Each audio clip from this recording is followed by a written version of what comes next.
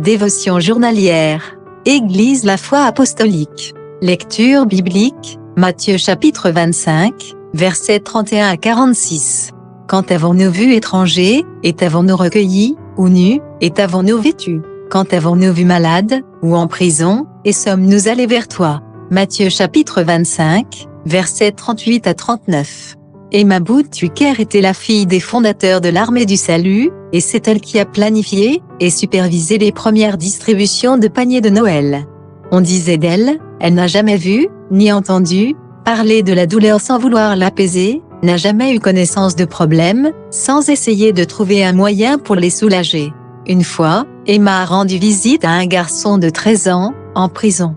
Ce garçon avait commis un crime, et semblait être impitoyable et endurci, mais Emma sentait qu'il pouvait être gagné pour Dieu. Il fut surpris quand Emma lui parla gentiment, lui disant qu'elle voulait l'aider. La saison de Noël venait de passer, et il a déclaré que sans aucun doute, son Noël n'avait pas été heureux. Elle lui a parlé de sa famille, et a découvert que la mère du garçon était morte quand il était bébé. Sans tarder, il fondit en larmes, et lui avait dit qu'il avait peur, et qu'il était désolé.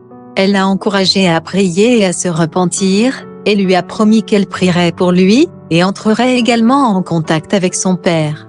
Elle lui a laissé un Nouveau Testament qu'il serrait contre lui-même, et avec la promesse de revenir le voir. Quand il entendit cela, il sourit pour la première fois, ce qu'il n'avait jamais fait depuis longtemps. Très probablement, Emma avait été utilisée pour gagner une âme pour le royaume. Cet incident semble-t-il être un petit acte de gentillesse?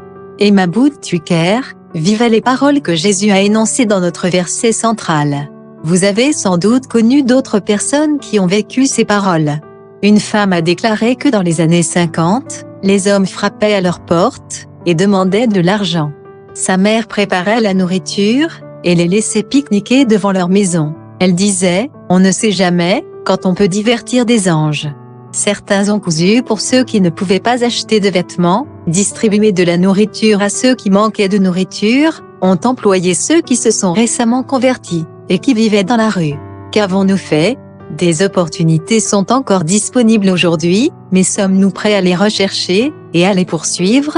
Ces questions peuvent donner à réfléchir, mais un jour, nous nous tiendrons devant le Seigneur pour être jugés. Nous voulons faire ce qu'il nous a ordonné de faire. Contexte. Les paraboles des 10 vierges et des talents, données par Jésus dans la première partie de ce chapitre, établissent le fait qu'il reviendra sur la terre à un moment inconnu.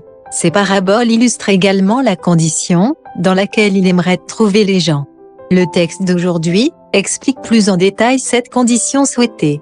La Bible est claire que toute l'humanité de chaque nation et de chaque âge aura un jugement final, même si tout le monde ne sera pas nécessairement jugé en même temps. Dans ce texte, Jésus est décrit comme venant dans sa gloire, et ce sera un temps de séparation. En Palestine, à l'époque de Jésus, il était courant que les brebis et les boucs pèsent ensemble. À certains moments, comme pour la tonte, et parfois aussi pour la protection, les animaux devaient être séparés. Jésus a comparé ceux qui le servent aux brebis, et ceux qui ne le servent pas aux boucs. Le but de ce passage n'était pas d'indiquer que les gens peuvent être sauvés par leurs œuvres. Les bonnes œuvres sont le résultat du salut, pas un chemin vers ceci.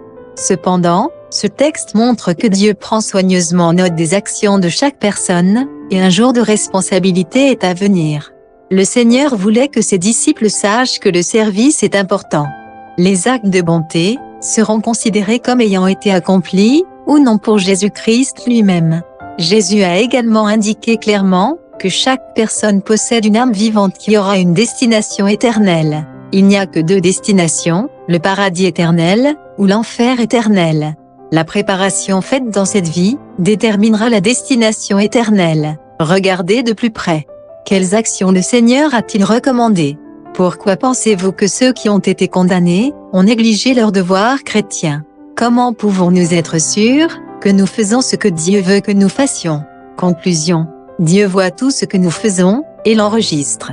Mettons-nous au défi d'être certains de faire tout ce que nous pouvons pour lui plaire.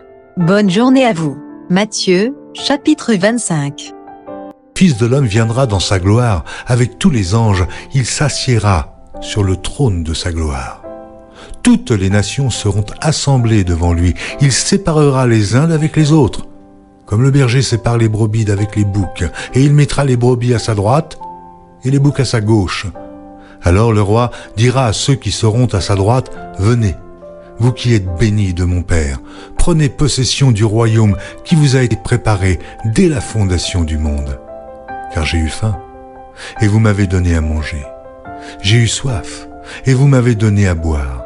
J'étais étranger, et vous m'avez accueilli. J'étais nu, et vous m'avez vêtu. J'étais malade, et vous m'avez visité. J'étais en prison, et vous êtes venus vers moi. » Les justes lui répondront, « Seigneur, quand t'avons-nous vu avoir faim, et t'avons-nous donné à manger, ou avoir soif, et t'avons-nous donné à boire? Quand t'avons-nous vu étranger, et t'avons-nous recueilli, ou nu, ou t'avons-nous vêtu? Quand t'avons-nous vu malade, ou en prison? Et sommes-nous allés vers toi? » Et le roi leur répondra, « Je vous le dis en vérité, toutes les fois que vous avez fait ces choses à l'un de ces plus petits de mes frères, c'est à moi que vous les avez faites. » Ensuite, il dira à ceux qui seront à sa gauche, « Retirez-vous de moi, maudits. Allez dans le feu éternel qui a été préparé pour le diable et pour ses anges. Car j'ai eu faim, et vous ne m'avez pas donné à manger. J'ai eu soif, et vous ne m'avez pas donné à boire. J'étais étranger, et vous ne m'avez pas recueilli. J'étais nu, et vous ne m'avez pas vêtu. J'étais malade et en prison, et vous ne m'avez pas visité. » Ils répondront aussi, « Seigneur, quand avons-nous vu avoir faim, ou ayant soif, ou étranger, ou nu, ou malade, ou en prison, et ne t'avons-nous pas visité ?» Il leur répondra, « Je vous le dis en vérité, toutes les fois que vous n'avez pas fait ces choses à l'un de ces plus petits, c'est à moi que vous ne les avez pas faites. Et ceux-ci iront au châtiment éternel, mais les justes à la vie éternelle. »